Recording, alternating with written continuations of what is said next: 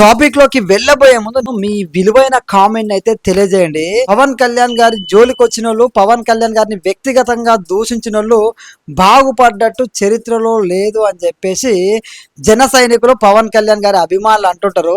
అది నిజమేనా? మీ అభిప్రాయాన్ని అయితే కామెంట్ లో తెలియజేయండి. చలో టాపిక్ లోకి వెళ్దాము. సో కర్మ అనేది ఎవరిని విడిచిపెట్టదు భయ్య. అది ఎవరైనా సరే, ఎవరి గురించి తప్పుగా మాట్లాడినా కర్మ అనేది వెంటాడుతూనే ఉంటుంది. ముఖ్యంగా పవన్ కళ్యాణ్ గారి గురించి మనం చూసినాం. ఆయన గురించి వ్యక్తిగతంగా ఎంతమంది ఎన్ని రకాలుగా ఎన్నికలకు ముందు మాట్లాడారు. అధికారం ఉందని చెప్పేసి అధికార మదంతో ఏ విధంగా పవన్ కళ్యాణ్ గారి తల్లిని, పిల్లల్ని, వ్యక్తిగత జీవితాన్ని దూషించరో మనందరూ తెలుసు. అందులో ఒకటే ఈ బోరుగడ్డ అనిల్ అంటాడు.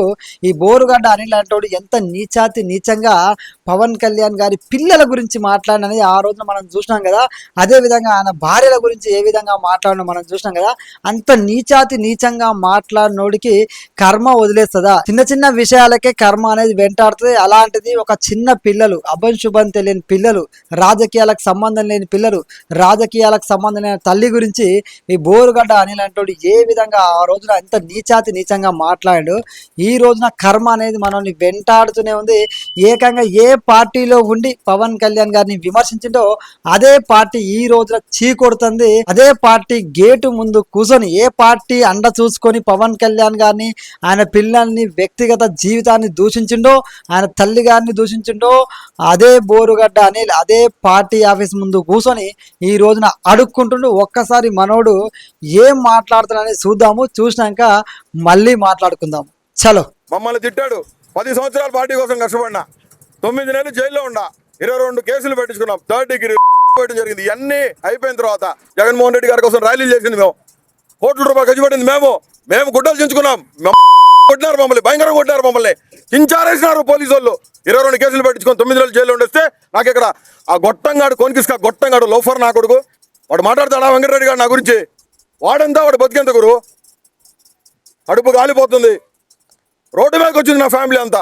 వాడిని సాక్షిలో కూర్చోబెట్టి రోజు వాడికి వెంకటేశ్వర స్వామిని పూజించినాడు, వాడిని పూజిస్తా ఉన్నారని విన్నారు కదా. బోరుగడ్డ అనిల్ ఏ పార్టీ అండ చూసుకొని, ఏ పార్టీ అధికారంలో ఉందని చెప్పేసి ఆ అధికార మదాన్ని చూసుకొని పవన్ కళ్యాణ్ గారిని, వ్యక్తిగత జీవితాన్ని, పవన్ కళ్యాణ్ గారి పిల్లల్ని అతి నీచంగా మాట్లాడిన ఆ రోజున అంత నీచంగా మాట్లాడినోని కర్మ అనేది వదిలిపెడుతుందా? ఏ పార్టీ అండ చూసుకొని ఎగిరిండో, ఎగిరిపడో అదే పార్టీ గేటు ముందు కూర్చొని, గేట్ లోపలికి పోలేక గేటు బయట కూర్చొని అడుక్కుంటును. నేను పార్టీలో ఉండి చాలా మాట్లాడినా, నేను జైలుకు కూడా వెళ్ళొచ్చిన అని చెప్పేసి మాట్లాడుకుంటా వాళ్ళ పార్టీకి సంబంధించినటువంటి వ్యక్తి ఎవరైతే స్క్రిప్ట్ ఇచ్చిర్రో, ఎవరైతే తిట్టమన్నారో అలాంటి వ్యక్తులను ఉద్దేశిస్తూ నన్ను లోపలికి కూడా రాణిస్తలేని వాళ్ళు తిట్టుకుంటూ చూసినావా? కర్మ అంటే గిదే. తిట్టిపిచ్చినోడు, తిట్టినోడు ఇద్దరు వాళ్ళే తిట్టుకునే విధంగా చేస్తుంది కర్మ అంటే. దానికి పెద్ద ఉదాహరణ ఈ బోరుగడ్డ అనిల్ అంటాడు. ఎందుకంటే జైలుకు పోయి వచ్చినా నేను అది ఇది అని చెప్పేసి ఏదో స్వాతంత్ర పోరాటం చేసినట్టుగా చిన్న పిల్లల గురించి మాట్లాడి, పవన్ కళ్యాణ్ గారి వ్యక్తిగత జీవితం గురించి మాట్లాడి, ఆడవాళ్ళ గురించి మాట్లాడి జైలుకు పోయి వచ్చి అదేదో గొప్ప పని చేసినట్టుగా నేను జైలుకు పోయి వచ్చిన ఎన్ని సంవత్సరాలు ఆ నాయకుని కోసం అని చెప్పేసి అంటే ఆ నాయకుని కోసం అవతల వాళ్ళ పిల్లల్ని, ఆ భార్యల్ని తిడతావా? ఇప్పుడు కర్మ ఎట్లున్నది? నువ్వు ఏదైతే నిన్ను తిట్టమన్నారో, ఏదైతే నీకు స్క్రిప్ట్ ఇచ్చారో, ఎవరైతే నీతో మాట్లాడిచ్చిరో, నువ్వు ఏదైతే మాట్లాడావో అన్నింటికి కర్మ అనేది నిన్ను వెంటాడుతుంది. ఈ రోజున ఆ గేటు బయట కూర్చొని నువ్వు ఏదైతే పార్టీ అండ చూసుకొని మురిసినావో అదే పార్టీని అడుక్కు తినే స్టేజ్కి వెళ్ళిపోయినావు. నన్ను మీ పార్టీలో ఉంచుకోండి, బయటికి వెళ్తే నేను ఏమీ చేయలేను, ఈ పార్టీ నుంచి బయటకు వచ్చినావంటే నీ పరిస్థితి ఇంకే ఏ విధంగా ఉంటుందో నీకు అర్థమై ఉంటుంది.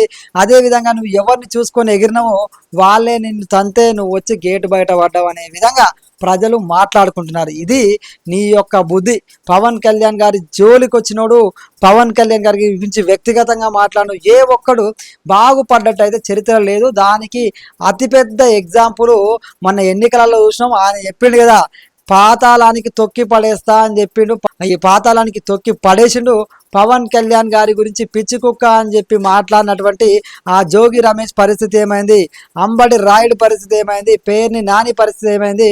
పవన్ కళ్యాణ్ గారిని దూషించినటువంటి ప్రతి ఒక్కడి పరిస్థితి ఏ విధంగా అయిందో నువ్వు పవన్ కళ్యాణ్ గారి ఏదో తిట్టి ఏదో పదవులు వస్తాయి, ఏదో ఆర్థికంగా బాగుపడతా అనుకున్నావు, కానీ నీకన్నా మించినోళ్ళే ఈ రోజున అదో పాతాళానికి పోయిర్రు.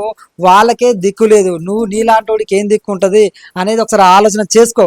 పవన్ కళ్యాణ్ గారిని ఏదైతే వ్యక్తిగతంగా మాట వాళ్ళందరూ ఎన్నికల్లో ఓడిపోయారో అదే విధంగా జీవితంలో కూడా దేవుడు ఏ విధంగా ఆట ఆడిస్తుండు. జోగి రమేష్ విషయంలో క్లియర్ కట్గా రాజకీయ భవిష్యత్తే ప్రశ్నార్థకమయ్యే విధంగా కర్మ అనేది వెంటాడుతూనే ఉంది. ఇట్లా ఈ పవన్ కళ్యాణ్ గారి వ్యక్తిగత జీవితం గురించి అనే కాదు, ఏ ఒక్క రాజకీయ నాయకుడైనా సామాన్యుడైనా ఎవరి వ్యక్తిగత జీవితం గురించి అయినా వాళ్ళ కుటుంబం జోలికి పోయినా అదేవిధంగా పిల్లల జోలికి పోయినా కర్మ అనేది ఈ విధంగా వెంటాడుతుంది అనడానికి ఇంతకు మించిన ఉదాహరణ అయితే అవసరం లేదు. నిజంగా అది జగన్మోహన్ రెడ్డి గారి వ్యక్తిగత జీవితం గురించి మాట్లాడినా కూడా తప్పే అది. ఎందుకంటే వ్యక్తిగత జీవితం గురించి మాట్లాడితే ఖచ్చితంగా కర్మ అనేది వెంటాడుతుంది. అది పవన్ కళ్యాణ్ గారి పిల్లల విషయంలో అయినా, జగన్మోహన్ రెడ్డి గారి పిల్లల విషయంలో అయినా, నారా లోకేష్ గారి పిల్లల విషయంలో అయినా, ఇంకా ఎవరి పిల్లల విషయంలోనైనా తప్పును తప్పనే ఖండిద్దాం. ఇట్లా మాట్లాడడం అయితే బంజేరి ఇకనైనా మారండి. కానీ విమర్శ చేస్తే విమర్శ చేయండి, పవన్ కళ్యాణ్ గారిని విమర్శించండి, జనసేన పార్టీని విమర్శించండి, అదేవిధంగా కూటమి ప్రభుత్వాన్ని విమర్శించండి పాలసీల మీద మాత్రమే. అంతేగాని వ్యక్తిగత జీవితం జోలికి వెళ్తా అంటే మీరు బాగానే ఉంటారు. అధికారం ఉన్నప్పుడు మనకు అవన్నీ కనబడాయి. అధికారం మనం తలకెక్కినప్పుడు మనకు నచ్చినట్టు మాట్లాడుకుంటూ పోతాం. ఎందుకంటే మన వాళ్ళు ఉంటారు, పోలీసులు మనం చెప్పినట్టే ఉంటారు, అధికారులు మనం చెప్పినట్టే ఉంటారు, ప్రభుత్వం మనదని మీరు అనుకుంటారు. కానీ అవన్నీ తలకిందులు అయ్యే రోజు కూడా వస్తాయనే విషయాన్ని గుర్తుపెట్టుకోవాలి. అధికారం ఎప్పుడూ శాశ్వతం కాదు. అధికారం అనేది 5 ఏళ్ళే ఉంటుంది, కానీ చేసిన తప్పులు అనేది వెంటాడుతూనే ఉంటాయి అన్నదానికి ఇలాంటి బోర్గడ్డ అనిల్, జోగి రమేష్, పేర్ని నాని ఇట్లా పవన్ కళ్యాణ్ గారిని విమర్శించిన వాళ్ళందరూ ఒక ఉదాహరణ నిలుస్తారు. మన అందరికీ తెలిసిందే. అదే విధంగా మొన్నటికి మొన్న రావణ్ అంటోడు కూడా రావణ్ అంటోడు పవన్ కళ్యాణ్ జోలికి వచ్చిండు, ధర్మం జోలికి వచ్చిండు. ఈ రోజున ఏమైంది, పోయి జైల్లో ఊసులు లెక్క పెడుతుండు.